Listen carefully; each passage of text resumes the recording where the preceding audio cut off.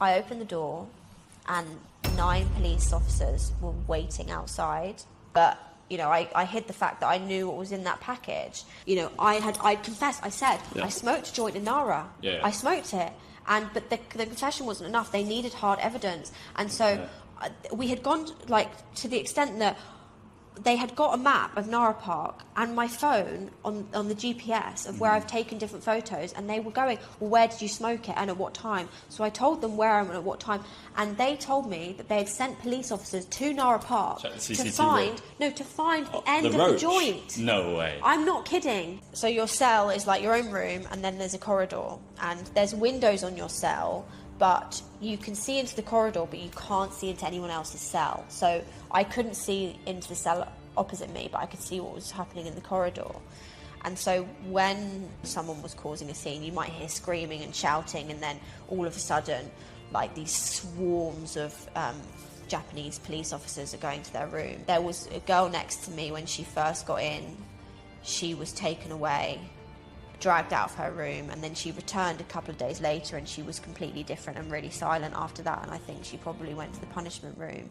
And did your cell have a window? It had a window that was looking into a corridor and then looking into another window, but the outside window was so misted that no sunlight actually penetrated into my room. So you didn't see natural light for how long? 5 months. Wow. I was able, the only thing that I could see was a tiny bit of blue, or like sky, which was like above the mist, but it was like little gaps. So there were times where I could hear and see planes coming over, because I was also over the flight thing, which really fucked with me, because I was like, that could have been me. Now then, guys, today we're learning about the story of Izzy Rose. She was recently convicted in Japan of importing 7 grams of ket. She was also found to be in possession of around 4.7 grams of weed there. She ended up serving 5 months in a detention centre before she received a suspended sentence. What I rate about Izzy is she's not looking for sympathy, but instead she is looking to tell her story to make people more aware of how much harsher the drug laws are in Japan. If you are traveling from the UK to Japan, you need to be aware of that. But also, she's drawing attention to the dangers of becoming addicted to ket. So it's a mad story. Let's get straight into it. Let's start at the start. How can you describe your lifestyle before you went to Japan, when this all started? So I had a pretty normal upbringing. I come from 2 amazing parents, but they both had their addictive tendencies. I'd always been very sociable, and that came with partying. I would be dabbling in substances like everyone else at my age. You know, it wasn't normal. It was very normal. So that would be like pills, cocaine. I've done LSD, you know, here and there, but it would be very recreational at parties. And then at university, that's when I first tried ketamine, and it just started to come into my life more and more frequently. I moved into a shared flat with my friends from university, and this is when my usage went from recreational, you know, harmless party drug kind of thing, to then, you know, we'd spend all weekend on it, and then, you know, Monday would roll around and we might have some left over, so in the week we would then use it to watch a film or, you know, hang out, because, you know, it would be kind of like 2 women getting a bottle of wine and having, you know, hanging out for the night. That's kind of how it looked. Then after a short amount of time, it went from buying it together to buying it on my own. The medical implications started happening, and the sloppiness started happening, and my naivety came in, and my carelessness came in, and yeah, it just started crumbling my life up. You know, I'm not proud of it, but there were times where I'm in pain, crying for my life, and then 2 minutes later, I'm racking a line, which is doing the damage why I'm there in the first place. Exactly a year before Japan, I had decided to go to New York. Yeah.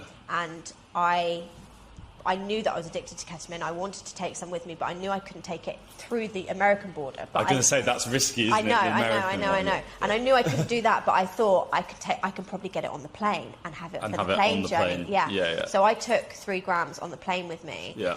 And once I got on the plane and went into the bathroom, opened my wallet, and I'd realised not only have I got the 3 grams that I took, but I'd actually had an extra 3 grams that I'd lost a couple of days prior when I'd been at a rave, which had magically come through security with me. So I had 6 grams on this How long's the flight? 5-hour flight Right, okay. to New York. And I was like, okay, well, I'm just going to have to do it all.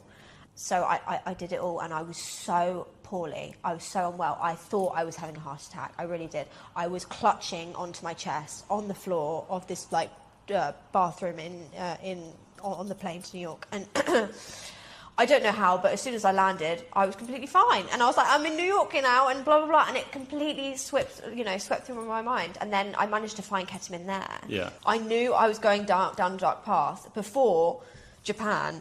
I don't think it went through my head that I want to stop doing it, and I want to stop doing it forever. I just wanted to just break my habit, and I thought that, what I could do is kill 2 birds with 1 stone. I'd always wanted to go to Japan. It'd been a plan of mine in my head for like 5 years. So I was like, okay, well, this is perfect. I can get away from London, get away from my party lifestyle, focus on myself and focus on culture that I love, and just go there and just enjoy being sober. This video is brought to you by Easy Test Kits. Quick, reliable and affordable testing kits for all your favourite party prescriptions. These are presumptive testing kits, meaning they can give you a very good indication as to what is in your baggie. To learn more or to pick up, say, a synthetic cannabinoid testing kit, click on the link in the description and use my promo code SESH for a 10% discount. It kept getting closer and closer, and it started feeling very real, and I think my usage went kind of crazy because I knew in my head that I'm going to be spending a month away from it, so I need to just do as much as I can to like a Last Supper. Yeah. Literally. And it got really bad that, the night before my flight, I was so poorly in the bath, screaming in pain, hot tap on my belly, and my sister is sitting opposite me. She's in tears. I'm in tears. I've got a younger sister. She's 21. And I am her lifeline. And, I was saying to her, I was like, I'm going to be sober in Japan, and I'll come back and I'll be a complete different person. So when you decided to go to Japan, did you know how strict it was in regards to stuff like this? I knew it was different. I knew it was harder for me to get drugs. I don't think I ever once thought about the police ever, or how that could go. I mainly thought it would just be hard to access drugs. I was really excited, but also really nervous. I never really travelled alone, especially for a month, especially that far away. So it was like I was excited but scared.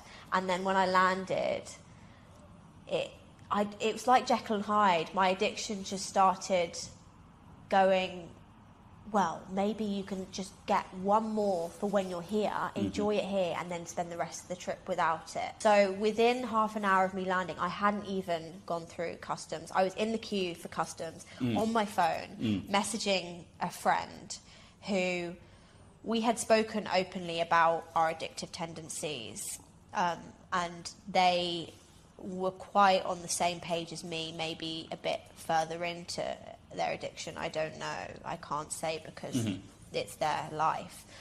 But I knew that they would understand where I'm coming from. And I also knew that this friend wouldn't tell me, just go without. I messaged them and I said, look, I really want some. Do you know anyone in Japan? And they came back and they said no. But I know how you can get it. When I went to Miami, I got my drug dealer to send it in the post, and it worked. And, in my head, I'm thinking, if it works in America, it's going to work in Japan. And my addiction I wanted that to be the truth. I wanted to believe this person. And so I did. And within, literally half an hour, I had sent them the money, and the next day they had gone to the post office and posted it in the post. You know, I was tracking this parcel because they'd given me the tracking number, so I'd been tracking it on my laptop and my phone, and I'd been having conversations with this person, you know, about, you know, this thing, and they were also freaking out because, you know, they had put their actual address as the sender. Right, so this is because if you send something abroad, you have to give your address. Yeah. Right, okay. And it was a tracked parcel. So and they gave their real address? Yes. Okay. So they were also freaking out. And then I was like, well, why did you send it if you... So they started freaking out before it had arrived in Japan? Yeah. Okay. So did you freak out then? So once they started freaking out, I was then like, you know, this was your right... You said it was going to work, and, you know, I trusted you. Yeah. And now, you know, you're freaking out about it. But I also was living in such a dreamland where I was like, it's going to be fine. It's only 7 grams of ketamine. And then we saw that it got stopped at customs in the tracking. Oh, so the tracking stopped. Yeah. So what was going through your mind when you saw that? So I saw it, and obviously there's a bit of my mind where I'm like, fuck, you know. But the main thought process was, they've just seized it, and actually, is this a sign from God that the drug shouldn't have arrived and I need to just enjoy my month? Because at this time, I was enjoying myself. I was having so much fun that I was like, I don't actually want it anymore. And also a side story on this is I had managed to find someone to sell me marijuana. So that kind of released the, you know, at least I've got something. And that was just someone you met on the street? Yeah, so I was trying to get cigarettes from a vending machine, and they were asking for ID and then not accepting my ID because it was British. And this guy was like, you know, I'll help you, blah, blah, blah. And he was trying to chat me up, I think. And you know when someone just gives you that feeling where I'm like, you know where to get weed from. So I just asked him. Yeah. And he said that he had a friend and, you know, he had some in his flat and he could sell it to me. So, yeah, I bought the weed and... smoked a bit and, you know, enjoying my time a lot, like, you know, and I kind of forgot that it, you know, the ketamine got seized, and I was like, okay, that's just dead now, like, I'm just going to enjoy my trip. I'd spent the whole day in Nara and, you know, seeing the deers and everything, and I'd smoked a joint there and I was having a great time, and then I decided to go to a club back in Osaka, went out, and I don't drink a lot, but obviously... You know, I still wanted to have fun. I'm young. So I decided to go to a club and I drank a bit of tequila and then I went back to my hotel, and I was so ill the whole night that I was throwing up in my bin because the toilet was outside of my room. It was like a communal toilet. So I was like waking up in the middle of the night, throwing up in the bin. And then at 6 o'clock in the morning, I get a knock on my hotel room door. I open the door and it's the receptionist. And she says, you need to come down to reception. And I'm thinking, what the hell? What's going on? It's really early. My checkout's tomorrow. It must be about my checkout, but I feel too unwell. I'm not going down right now. I'm going to go back to sleep. Went back to sleep. Then a couple of hours later, I needed the toilet, so I needed to leave my room. And I opened the door, and 9 police officers were waiting outside. And as they saw when I opened the door, they swarmed with a court warrant, and they were talking in Japanese, so they're yelling in Japanese, and I don't know what's going on. They've got this court warrant. They get the translator to come. The translator kind of, you know, goes over what they're saying, and, you know, they come in the room. And my first initial thought was, they might be here for the weed, so let me try and give them the weed, and hopefully I can get away with this ketamine. Because that's a lesser charge, isn't it? Yeah. So I had to point to it, and, you know, they had video cameras and cameras and everything, so they're like taking photos and videos. So I had to point to the weed. You know, they took the weed, they searched my hotel room, and, you know, when I gave them the weed, they kind of were like, well, that's not why I'm here, that's not why we're here, were you expecting something in the post? And that's when my stomach dropped. Yeah, I asked the investigators, oh, but what if I had thrown the weed out of the window?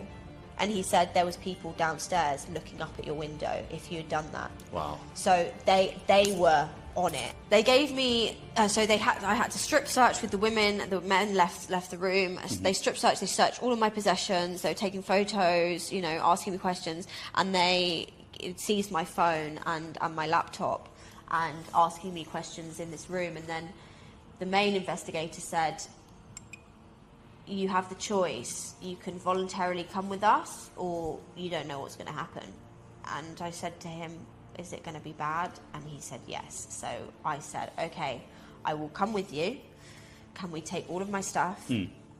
Because my checkout was the next day and I didn't know what was going to happen to me. So we packed up all my stuff and I went in the car with them. And I wasn't arrested at this time, so I wasn't in handcuffs or anything. And they... Interesting. Why do you think that was? Why do you think that you weren't actually under arrest? I don't think they had enough evidence at that point. Even though you just handed them some weed? Yeah, I mean, I don't know. I don't know. Interesting. I think it was difficult because they weren't there for the weed. You know what I mean? Yeah. So they took me to the Department of Narcotics, where I was basically interrogated all day long. We got there about 9 a.m. and I didn't leave there until 8 p.m. And I was sitting in this room. They'd handed me a bucket because I was throwing up as I was being investigated. And they were just going through all the details. And at this point, I had told them all of the truth, apart from the fact that I knew what was in the package. So I told them I knew something was coming for me in the post. It'd be my birthday. A friend might have sent a birthday card. She said that she might send a birthday card. I sent her my address, blah, blah, blah, blah. But, you know, I hid the fact that I knew what was in that package. And, you know, I'd come across quite honest and open because I am a very honest and open person. So... you know, I could see the translator believed me 100%, but the investigator was a bit off. But they had my devices and I knew all the evidence was on there. So... had they unlocked the devices? They had unlocked them and then also had to give written permission for them to go in and take all the data from the apps. But they don't use WhatsApp in Japan very much. Right. And I didn't realise this. So when I said... you know, I've been speaking to this person on WhatsApp. I don't think, if I hadn't have said that, I don't know if they would have ever checked that app. They gave me the option to, because before I was arrested, I just kept saying to them, I need to tell my family what's going on. I'm very close with my family. They have me on Find My iPhone, and I've been updating them every single day. And I was just saying to them, I need to tell my family. And they gave me the option to go out and use a payphone. But... who knows any mobile numbers? We don't use landline anymore. The only number I know is my dad's landline, but it's cut off. So I was literally like, freaking out. And I also really wanted a cigarette. So they allowed me to go to the shop, but they escorted me to the shop. I had to buy a new carton of cigarettes because they didn't allow me to smoke the ones that I'd already had because they didn't know what was in them. So they asked me for a urine sample voluntarily, and I gave it to them. Thank God I did, because it worked out good in my case. They couldn't use it as evidence because I told them of my usage back in the UK, and they don't care. That's not a crime. You know? So then they officially arrested me, handcuffs, mugshots, fingerprints, and I hadn't eaten this entire time, so they were very nice, and they went to the convenience shop and they bought me something to eat. And then they took me to the jail, which was it was about a 45-minute drive out of Osaka. I don't know where, but it wasn't the detention centre where I spent 5 months. It was a different place, and it was very much like a jail, a barred cell, with no bed, literally, an iron sink, and just a toilet. Were you in there on your own? Yeah. Okay. Yeah, I was in there on my own. They gave me clothes to wear. And I got there really late in the evening, so I was really tired. So I did go to sleep really quickly, but they don't turn the lights off fully. Right. Which is really difficult. Yeah. But I fell asleep quite quickly, and then the next morning... what was it like waking up there? I felt like I was like, was it all a dream? And then I woke up, and I was like, it's not a dream, it's real life. Do you have that moment when you're not really with it from when you've woken up? And then... Yeah. And also the bell in the morning sounded like my phone, which was so annoying because I'd wake up and I'd go to my phone, and I just couldn't. And that's just a bell that's going off in the building? Yeah, it's like so they do different bells, so like wake up bell, and you know, it's all to do with the routine. So the 2 days that I was in the jail, they had said that the embassy might come see you, and also a public lawyer will come see you and talk to you before you basically get officially indicted and detained, because there's a 72 window after they arrest you where they need to get enough evidence to officially indict you. And in Japan, their conviction rate of indictment is 99%. So they're only going to officially indict you if they know you're 100% guilty and they're going to get you in the trial. Yeah, the lawyer came to see me, and this, I think, is when everything, before this point, there was always something in my head going, maybe you can get away with it. One way or another. Yeah, and then when I saw the lawyer, he was very much a reality check, and he said, you're probably looking at about 5 months until you go home. And when he said this, I was so hysterical. And bearing in mind, I was going through mental withdrawals from ketamine, so, I was experiencing trauma. And, I broke down, I stood up, and I stood in the corner, and I was so unwell, I started bashing my head on the wall. And he was probably looking at me like, you are crazy. You are a crazy white woman. Were they being kind to you or not then? The first lawyer, I wouldn't say kind, but he's just doing his job, he's just doing his job. But you can do your job with compassion, or you can not do your job with compassion. Yeah, but this is what I experienced there, because I'm a tourist. I'm a young white girl who kind of lives in her own world. I don't think a lot of them did have compassion for me. After the 72 hours, I had to be taken to the court, which is it's not a normal court like us, it's just office buildings, and this is where you sit in front of a prosecutor and a judge, and they officially detain you. And when this process was going on in court, did you have a translator? Did you understand what was being said? Oh yeah, the court, I had a translator, I had this device in my ear, but the trial, oh my God. Still no British embassy? No, the British Embassy came to see me in the detention centre. Okay. It did take them about 4 days, but because I was getting carted all over the place, and also they didn't know that I was going to be officially detained, so I think they waited until it was official, and then they came to see me. But when I first saw them, it was the best moment. It's a friendly face. Oh, there was 3 British people, and it was literally thank you for coming, basically. And how did they support you? They were amazing. So because of my charge, because I had tried to get drugs overseas, they'd put a communication ban on me. But so in Japanese prisons or detention, there's no phone calls anyway. No one gets a phone call. That is not a thing. There's only letters. Yeah. But because I had a communication ban, it meant for a month I could not send or receive communication at all. But the loophole was the embassy were able to pass. I was still able to talk to the embassy, so the embassy could still visit and the embassy could still write me letters even though I had a communication ban. So that was the loophole with contacting my family. So the embassy contacted your family on your behalf?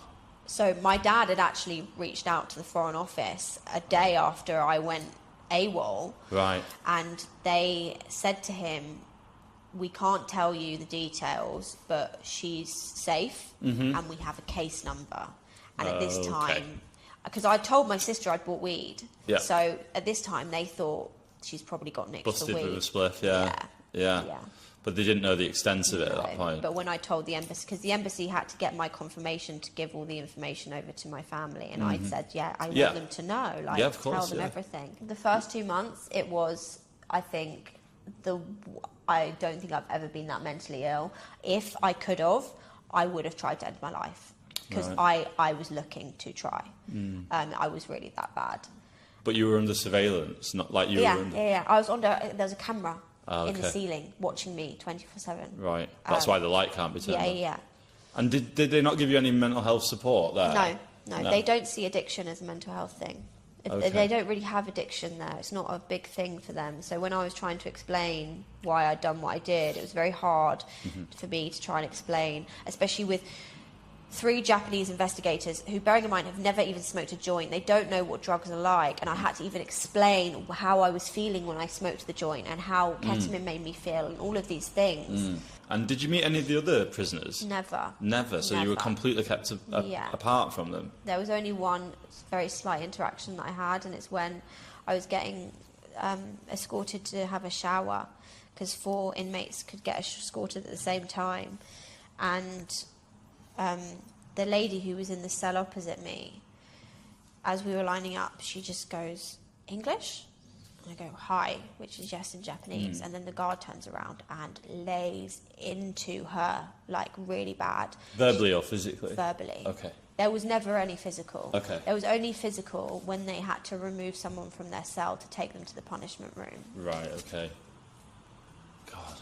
And what have they done? So there were a couple of women. So basically, so your cell is like your own room, and then there's a corridor, and there's windows on your cell, but you can see into the corridor, but you can't see into anyone else's cell. So I couldn't see into the cell opposite me, but I could see what was happening in the corridor. And so when there would be something going on or someone was causing a scene, you might hear screaming and shouting, and then all of a sudden, like, these swarms of Japanese police officers are going to their room. And I don't know what they did, but there was a girl next to me when she first got in. She was taken away, dragged out of her room, and then she returned a couple of days later, and she was completely different and really silent after that. And I think she probably went to the punishment room. And there was a lady opposite me, and she was squealing like a cat for days and days. And, you know, in the middle of the night, and even the police officer who was guarding the thing, you know, I was pressing the buzzer because it was annoying me. And they, you know, they came around and they were like, you know, sorry. And I was like, it's okay. But they took her to the punishment room. Did you feel safe at that point there? I felt safe physically. Yeah, I think I did. For the first month, maybe no, because, you know, I was still getting used to it. But after I started to, you know, understand the routine, you know, how people work, you know, it's the safest prison. It's one of the safest prisons in the world. Yeah. You know, from violence. And I think one of the things that I'm championing so much is, if I was arrested here, I would have found drugs. Easily. I would have found drugs, on day and one. I probably would have come out with multiple substance issues if I was to come out at all. So I felt really safe in that respect. What was the food situation like? I didn't know what half of it was. Okay. You just get taken, so you get given your meals, and you either eat them or you don't. Do you eat them in the cell? Yeah. Yeah. So how many hours a day are you spending in that cell? 24 hours. So you don't leave at all? The only time I could leave, in the first month I was being investigated every day, so I was leaving every day to be investigated. To be interrogated? Yeah. But after the interrogation, it was really difficult, because I would only leave if I was washing, or if the lawyer or the embassy came to see me. Wow. No exercise? No, not outside of my cell. I was only allowed a half an hour window in the middle of the day, when a special music played, where I could exercise in my cell. But this is where, so I actually complained with the embassy about this, because there was an exercise room, which is basically another single cell, but all concrete, with a tiny bit of fresh air that comes in, which is like on the roof, so it's still inside, but the government seems to think that it's outside, and it's not outside. Anyway, I was supposed to be able to use this space twice a week. Yeah. But because for the first month I was being investigated every day, I didn't get a chance to use the room. And then we went into the rainy period, and if it rains, you can't use the room. And then we went into summer, and if it's too hot, you can't use the room. So I actually only went to this space like 2 or 3 times during the whole 5 months that I was there. And I think it breached on my human rights. And I pulled this up with the embassy, and they did a written complaint to the Japanese government, and the Japanese government came back and said, you know, we're having maintenance works to the building, and also our government says that half an hour is enough exercise time for a human being. And I think fair enough, if you're going out and you're walking and you're going to work and blah, blah, blah, half an hour of other exercise might be okay. But when I'm sitting in the same position every day, not even walking, half an hour is not a long time. And did your cell have a window? It had a window that was looking into a corridor and then looking into another window, but the outside window was so misted that no sunlight actually penetrated into my room. So you didn't see natural light for how long? 5 months. I was able, the only thing that I could see was a tiny bit of blue or like sky, which was like above the mist, but it was like little gaps. So there were times where I could hear and see planes coming over because I was wow. also over the flight thing, Yeah. which really fucked with me because I was like, that could have been me. The physical safety was there, that's great. That's probably Yeah. the most important thing, Yeah. isn't it? But then again, they didn't let you go outside into a courtyard, and the mental strain of being in that cell for 24 hours a day. Yeah. A lot of it's to do with privacy, apparently, because the detention centre was in a residential zone. Okay. And when you get arrested and blah, blah, blah, if people see your identity, it makes it very hard for you to then go back into society in Japan. Wow, because of the stigma and Because shame. of the stigma and the shame. Wow. So this is why I got told this is why the detainees weren't allowed outside. So they want that. Because they The needed to detainees- keep them private Okay. and the privacy, because it was Okay. in a residential area. And were you allowed reading materials? Yeah, so you're allowed to read and write? Yeah. Okay. So you're allowed to buy stationery. So you're allowed to order things. The thing is, it's very much like prison, but it's also not. So you're allowed to take in things like clothes that they approve. You're allowed to take in books. And also, friends and family, if you have any, are allowed to, send you snacks and stuff like that. So I could buy snacks, I could buy stationery, I could buy toiletries. And also I was very lucky that the embassy, as soon as I got in there, they just started sending me as many books as they could. My family was sending me books.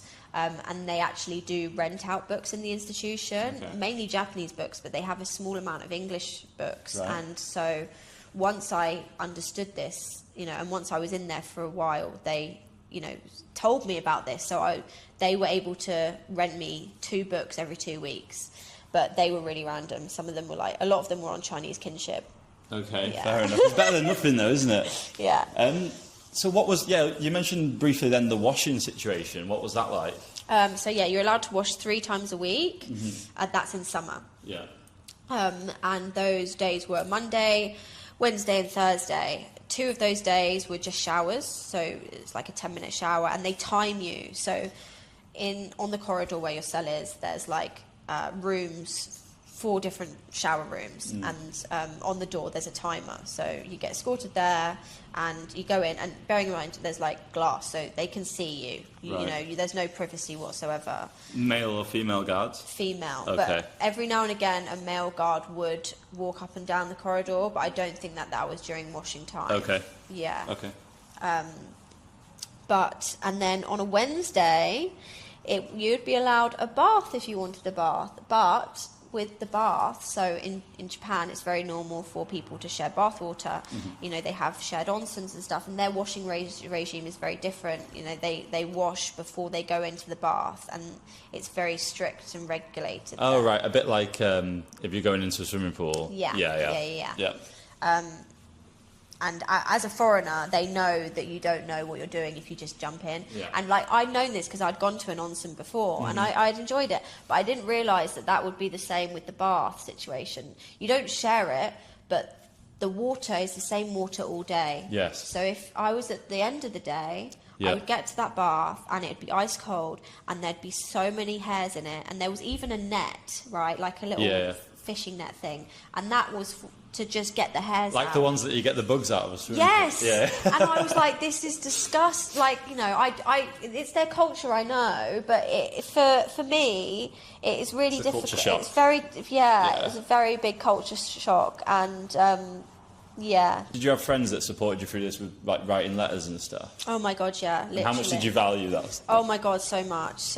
I was very lucky to keep receiving letters and books, and my dad was sending me money so that I could buy stationery and stuff, and I felt even though I'm in one of the worst situations that someone can be in, I still felt very lucky and privileged. And one of those signs was the girl next to me who I said got taken to the punishment room. I had observed her when I could, so when I was getting escorted out, I'd kind of tried to look in her room a couple of times, and whenever they were delivering snacks or delivering books, I would always notice that she would never get anything, and she was in there a long time. She got there probably the 2nd month that I was in there, and she was there the whole time until my trial, and she had nothing. And I remember walking past her room, and she was literally she's probably sitting there all day like that, but just staring at the wall. And I just thought, you know, I'm looking at my room. I've got photos that my family have sent me so I can remember what they look like. I've got books, and not just books, but like books on addiction that my auntie had sent me. So like I'm actually able to do a lot of research here. So yeah, it was. I felt very lucky. So what happened at the trial then? So all this is pre-trial. Yeah. And then tell me when they told you were going to trial. So I was investigated for a month for both the ketamine and the weed. So they had to do it. Two different things. So they have a 2-week investigation period where that's the allotted time, and then because I'd done the weed offences again, like as well, I then had to be re-indicted. So I had to be taken back to court, re-indicted, and then re-investigated for the marijuana. So this all took about a month, and then after that it was waiting for the trial. But then they also tried to put in another charge because they tried to charge me for the actual smoking. That's a separate charge. Consuming is different to possession. A separate charge. Okay. But they couldn't prove it, and they tried to go to the ends of the earth, and this is when it started getting silly because, you know, I confessed, I said, I smoked a joint in Nara. Yeah. I smoked it, but the confession wasn't enough. They needed hard evidence, and so we had gone like to the extent that they had got a map of Nara Park and my phone on the GPS of where I've taken different photos, and they were going, well, where did you smoke it and at what time? So I told them where and at what time, and they told me that they had sent police officers to Nara Park to find the end of the joint. No way. I'm not kidding. Would they have done DNA on it? I don't know, but they couldn't, and it had been raining, thank God. This is the biggest investigation I've ever heard into a joint. I'm sorry, but this is exactly what was going through my mind. I thought I was going crazy. I really did. I was like... So they went into the park to try and find the road? Yes. Wow. And I was thinking, the money and the resources that you're doing, and I kept saying to them, there's bigger people out there. They already had evidence as well, because they had the drug test. No, but the drug test was irrelevant because I'd been using in the UK for so long. Oh, I see, yes, yeah. So they couldn't use that. Yeah. Wow, okay. So they dropped that charge. Yeah, but they tried to long that out, so that made the trial be even, go further and further, because they were debating on this for ages, because they had to send the police investigators there to try and find it. They couldn't find it, and they were like, what do we do, blah, blah, blah. Anyway, they didn't have enough evidence. They didn't charge me for that. So I had the 3 charges, the ketamine, the cannabis, and the importation. And so my trial was split up between 3 different dates, which again, I thought English law was mind-boggling. Japanese law is even more mind-boggling. The first trial, all I had to do was say my name. It took 20 minutes. I was like, what is the point? And then the second trial... What was the environment like in court? Oh, it's like a big court. Like a proper court like we've seen on films? Yeah. All wooden panels? Yeah, and like the audience. But I had 3 judges, not 1, 3. 3 judges? Yeah. Oh, wow, they have 3 judges there? Not 3. And a jury, or no? No, the judges jury. Just decide whether... Yeah, okay. 3 judges. But I don't think all cases have 3 judges, but because mine was an importation, I had 3 judges. And you had a lawyer? I had a public defender. Defender. And do you understand what was being said generally? Everything was pretty everything through the police and the lawyers and the prosecutors, everything was translated amazingly. Okay. Right. It was only in the prison with the guards, sometimes the translator device wouldn't work. And, I would struggle to communicate, and there was times where I would get so frustrated that I'd end up crying, and then they would laugh at me, and that was really horrible. Right. But yeah. Okay, so in court, what was that like? So first trial, I just have to say my name. Then 2 weeks later, there's a second trial where all the evidence gets put out. And then 2 weeks after that is the sentencing.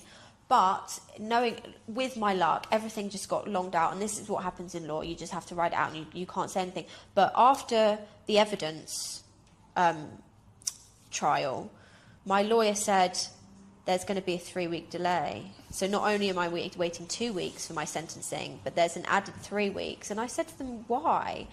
And apparently, Japanese lawyers all go... No, not lawyers, judges or whatever, all go on holiday in the exact same 3 weeks in August. Right. Okay. It's their summer holiday. Yeah, but how can they run a banking system? I'm sorry, that makes no sense to me. So everything shuts down for 3 weeks in the summer? Yeah.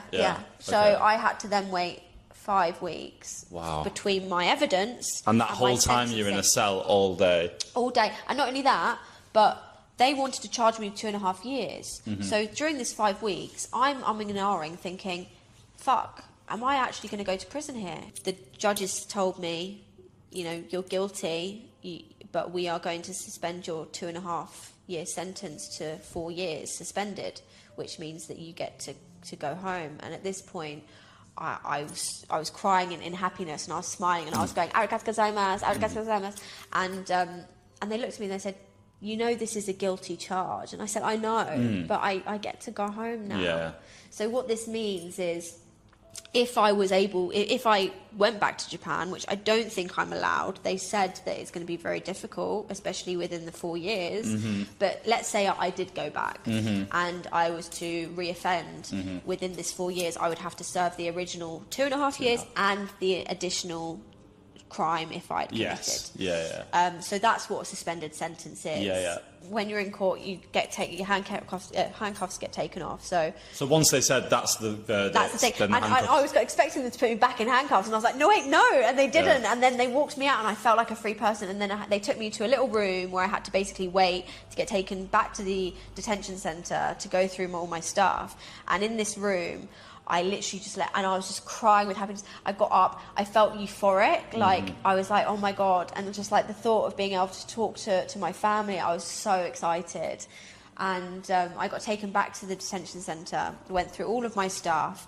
I tried to donate all of my books, and I had to take everything with me. So they gave me boxes, because I had so much extra stuff, not just my luggage, but everything else. So I had boxes. And one of the guards that I got along with really well, she came in and she escorted me out of the detention centre, and it was like I was being reborn, like adjusting to like the brightness and like the fresh air, and it was so beautiful. And I remember at the gate, and I really wanted to hug her, but you know, Japanese, they don't do that, you know, so it's very respectful. So I just kept bowing, going arigatou gozaimasu. And then I had to post these boxes back to the UK with all of my journals and all of the books. And what did you do then? They just opened the front door and out you go. Pretty much, yeah. There was a 2-week processing period, so I'd been thinking about this because, you know, this happened very early on in my trip. I had a lot that I wanted to do, and one of the things while I was in there that made me really sad is the fact that I'm going to lose a country that I love. So I decided to stay for about a week and a half to try and do some of the things that I did. And I'm really glad that I did, because I don't know if I'm going to be able to go back now. So I got released on September 5th, and I flew back to the UK on September 13th.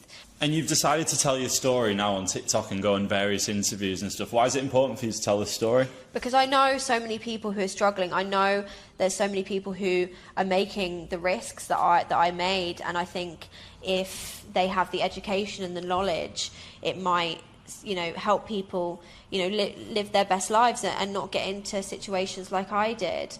I just want people to understand the risks of their decisions.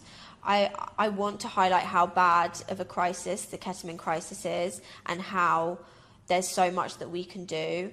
I want to break the stigma on what addiction looks like. It's not always, you know, a junkie on the side of the street who's homeless, you know, shooting in their arm. It's everyday people. I'm, you know, a normal, and I'm a good person. You know, I just got caught up in something that now I have to live with for the rest of my life, and you know, but there shouldn't be shame on that. There shouldn't be judgment on that, and that's what I'm trying to do. And I think that sharing my story hopefully can even lead me into situations where I can make actual change in the world here.